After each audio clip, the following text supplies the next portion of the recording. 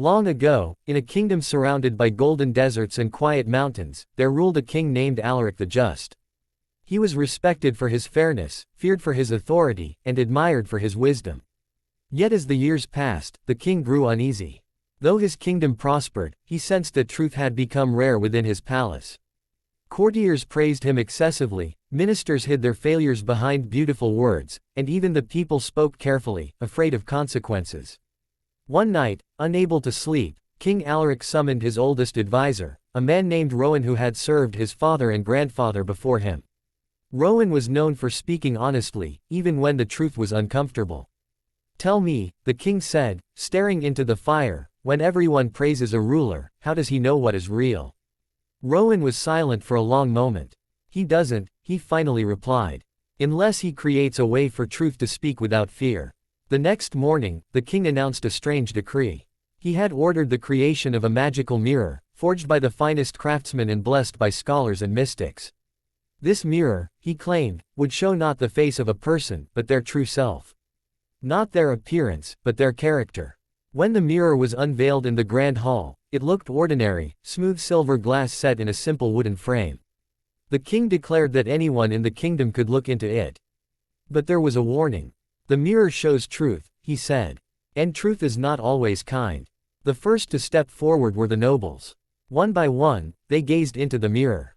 Gasps filled the hall. A proud lord saw himself shrinking into a shadow, thin and hollow. A wealthy merchant saw chains wrapped around his hands. A judge saw his reflection turn away in shame. Angered and frightened, many claimed the mirror was cursed. Some accused the king of trickery. Others stormed out, refusing to look again. By sunset, rumors spread through the city that the mirror humiliated people. The following day, common folk arrived, farmers, bakers, soldiers, and servants. Some saw tired but honest faces. Some saw wounds glowing like light. Others saw themselves standing taller than they ever had before. Many left in tears, but not all tears were of sorrow. Among the crowd was a young woman named Elia, a potter's daughter known for her quiet nature. She had lost her father to war and supported her family by working day and night. When she looked into the mirror, she saw herself as a flame, small, steady, and unbroken by the wind.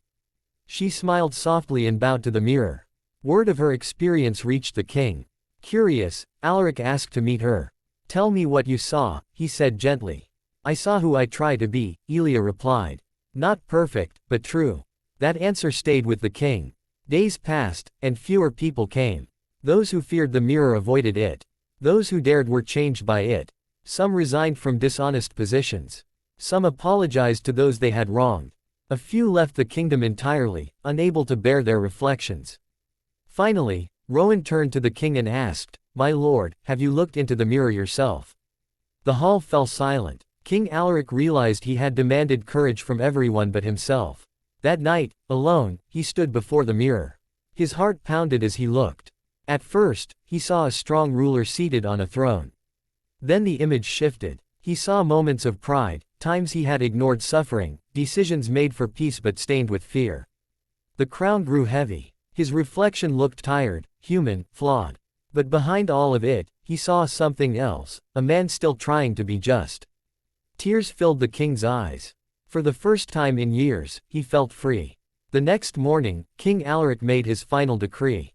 The mirror would be placed in the town square, not guarded, not controlled. And one day each year, the king himself would stand beside it, reminding the people that no one, not even a ruler, stands above truth. Years later, when Alaric passed away, the mirror cracked and lost its magic. But by then, it was no longer needed. The kingdom had learned that the most powerful mirror was the one carried within the heart. And that, generations later, became the kingdom's greatest legacy.